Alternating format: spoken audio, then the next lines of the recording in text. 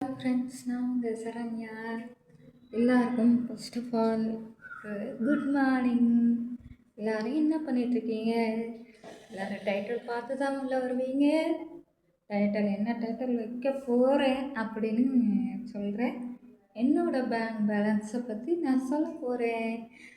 அது ஏன் நான் சொல்லணும் அப்படின்னு நான் நினச்சேன்னா, நேற்று கேட்டிருந்தாங்க, இவ காசு வச்சுருப்பா, அதனால் இப்படி திமிர் பேசிகிட்டு இருக்கா. அப்படி இல்லை ஃப்ரெண்ட்ஸ், காசு இருக்கோ இல்லையோ எல்லாருக்குமே கோவம் வந்தால் வரதான் செய்யும். சரியா? காசு இருக்கிறப்போ ஒரு பேச்சு, காசு இல்லாதப்போ ஒரு பேச்சு, அந்த மாதிரி கேரக்டர் நான் கிடையாது. எனக்கு எது தப்புன்னு படுதோ அதை நான் இது பண்ணுவேன் ஃப்ரெண்ட்ஸ்.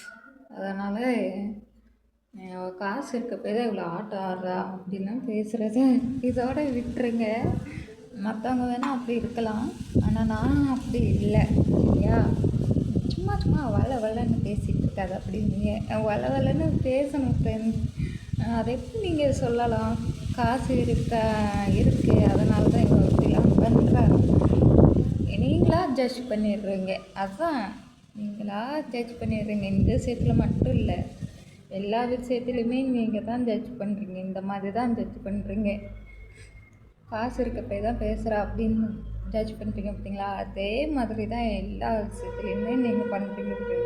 அதுதான் எனக்கு கஷ்டமாக இருக்குது. அந்த கஷ்டம்தான் வருத்தமாக மாறுது, வருத்தம் தான் கோபமாக மாறுது. இது உண்மைன்னா மறக்காமல் லைக் பண்ணுங்கள். அதே மாதிரி என்னோடய பேங்க் பேலன்ஸை தெரிஞ்சுக்கணும்னு ஆர்வமாக இருந்து வந்தவங்க இந்த வீடியோக்கு கண்டிப்பாக லைக் பண்ணியிருக்கேன். பார்க்கலாமா?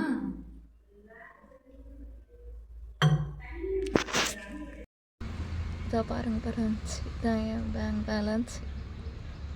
பார்த்துட்டிங்களா?